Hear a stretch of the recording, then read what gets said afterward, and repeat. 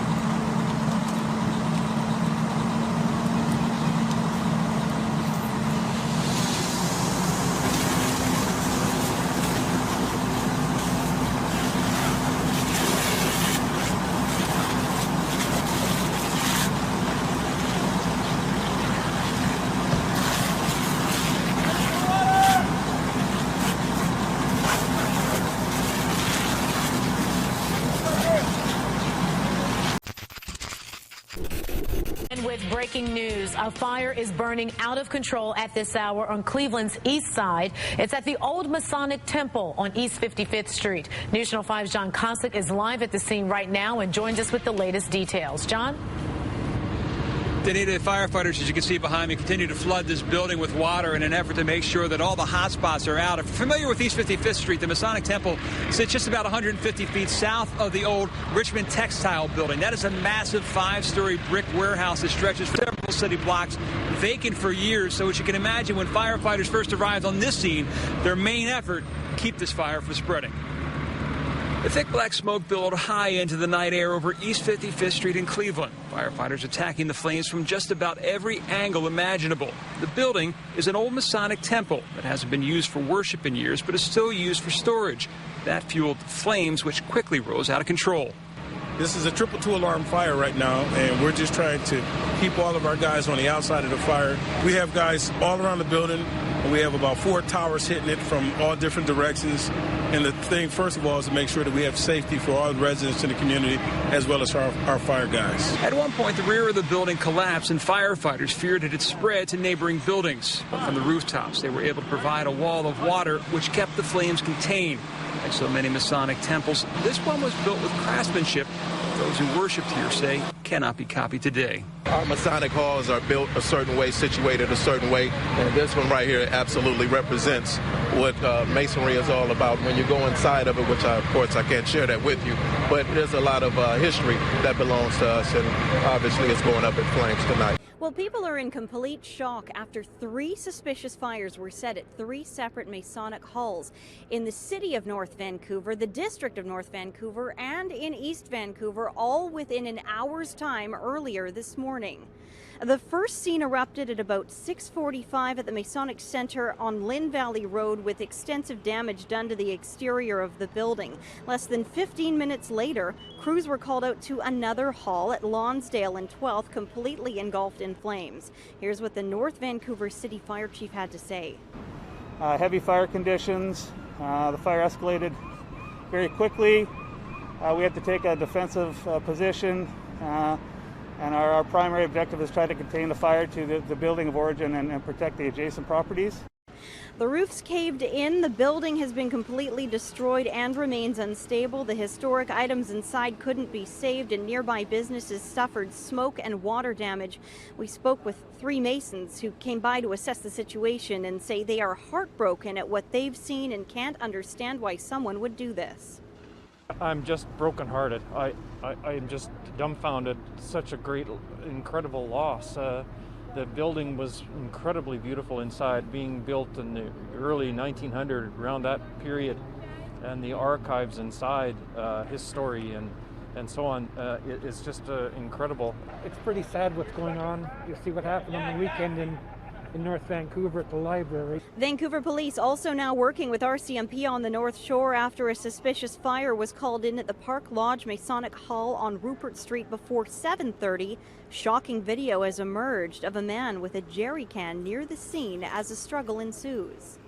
So a lot of unanswered questions at this point. Fortunately, no injuries to report here, but the scene is still very much an active one, and police in every jurisdiction involved here are asking anyone with surveillance video to please give them a call.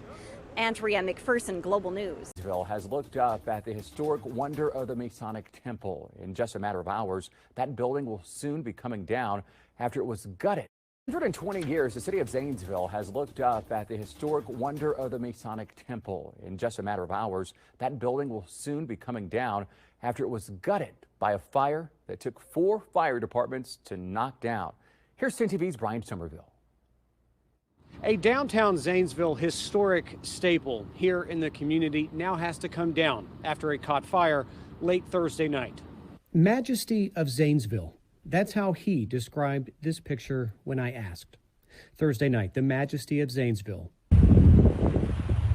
Once the epicenter for aspiring artists, became the city's epicenter for hometown heartbreak. It's the heart and soul of our art community. Ron Cole moved to Zanesville 10 years ago. A professional artist from Los Angeles, he found a home at the Masonic Temple. And there's a lot of old buildings, older buildings that are in the state of Ohio. But I would hazard to say few that were as original as the Masonic Temple behind me, and it's just gone. Thursday night, a fire. The 120-year-old building too frail for crews. They had to back out after deeming it unsafe. The fire department says one man and his animals had to be rescued from a third-floor window. It's unfortunate for, a great building like the Masonic Temple here in downtown, but it's very unsafe. Zanesville Assistant Fire Chief Doug Hobson says power and gas has been shut off for the entire block. The building, he says, will be imploded. It's beyond heartbreaking. It's a historical loss. Cole, as a thank you to the building before he moved out 4 years ago, painted this. The temple in its heyday, he says, in the late 1920s. That's how he described this picture when I asked. And that's how he says it will be remembered. Majesty of Zanesville. You got the Blue Lodge, which is composed of all different nationalities and backgrounds of Masons, right, to include different religious sets, Hindu, Muslim, whatever. You could be atheist, they don't care. You could be Satan, you could be a devil worshiper. Wow. And they'll bring a devil worshiping Bible right there, Satanic Bible, so you could you take the oath. Yeah, they don't care. See, I didn't know that until I started doing more homework on it. What did I get myself into? But did you ever get that far? Oh yeah, I became a Master Mason. Okay. I mean, the highest you can go is 33rd, but okay, even at 32nd, see, from the ranks of 30th to 33, which is 3, that's when they divulge the actual truth to you. I got it. Flames erupted at Cleveland's Prince Hall Masonic Temple last night. And today, crews began knocking down what remained after much of the building collapsed. News Channel 5's Paul Kiska is live on 5 along East 55th Street in Cleveland. Paul, what's the latest on the investigation this afternoon? Well, the arson investigators have been out here all day long. In fact, arson investigators are still out here right now. Now, despite that, tonight fire officials say there has been no official ruling on a cause of this huge fire that destroyed a Cleveland landmark. It's heart-wrenching. Members of the Prince Hall Masonic Temple collect bricks as keepsakes from this historic Cleveland landmark. This century-old building went up in flames around 8 o'clock last night. More than 60 Cleveland firefighters battled intense flames for several hours, but kept this fire from spreading to nearby buildings. The Masonic Temple has been empty for at least 4 years and was being used to store artifacts, paintings, and historic documents. This building wasn't insured because it needed a lot of rehab. But members of area Masonic lodges and chapters known for their positive attitude and community service already talking about rebuilding on this very spot, starting with those very bricks, first used over 100 years ago. These are memories, and when we rebuild, these will be set aside in a special place and dedicated in the memory of Prince Hall. It also symbolizes a chance for rebuilding. You know, sometimes you have to get torn down to build yourself up stronger, and that's our hopes. Investigators are trying to find out if the fire is accidental or arson. But members remember better days. Throughout the years, we've done community meals. We've had parties for the children. Quite a bit of memories and history in this building.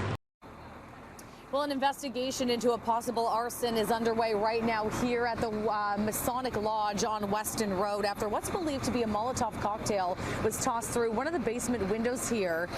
It happened in broad daylight. You can see some of the insulation on the ground still. I can tell you one of the windows is burnt out. A few of them are actually smashed in. And just on my other side here, there's some plywood that they're just brought in. They're going to use it to board it up.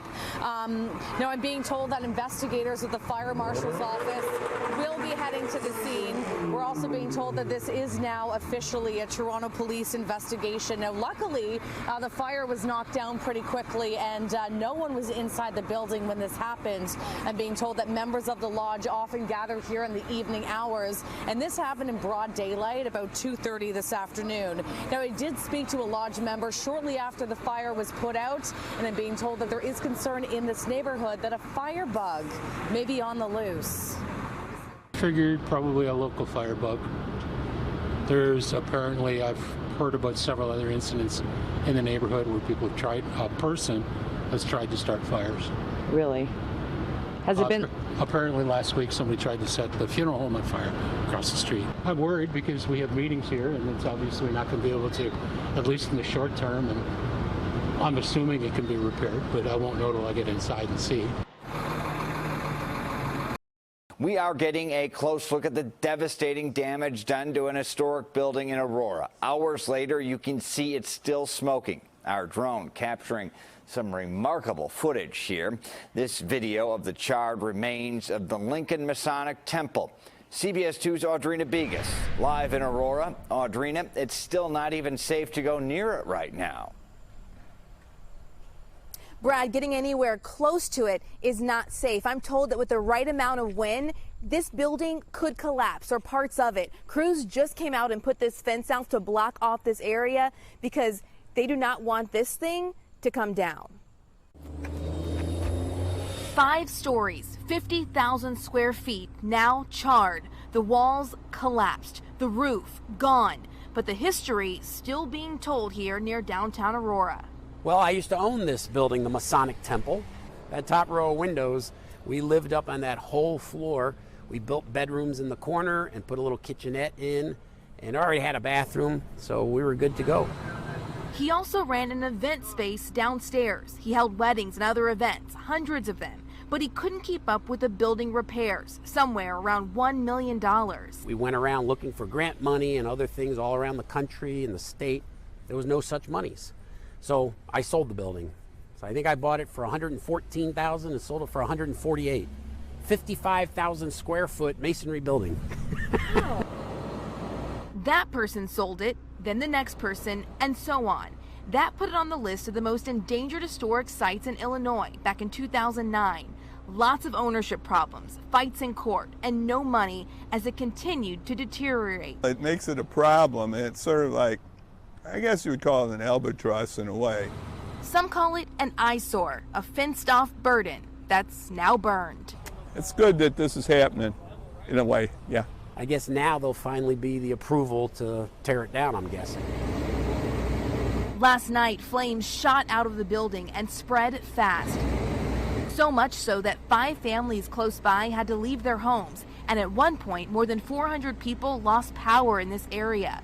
So how did this historic temple, built almost 100 years ago, catch fire last night? Firefighters can't find that out because it's not safe to go inside. I got you. You know, which they have you in darkness all those years, and then once you start climbing up the rituals and the phases, and you go up the ranks or degrees. Are still watching the scene of a huge fire in Quincy, and we're getting some new information this morning about the historic cost. The Eye Opener's Todd Kaskiewicz is there this morning, and Todd, there's still concerns there about the fire. Certainly that is the case, Brandy. Quincy Ladder 6 on duty here behind me, keeping watch over the site of this major fire yesterday, just in case there are any flare-ups. As you take a look up at the building, you can see there's some soot near the windows. The facade looks intact, but make no mistake, this building was destroyed.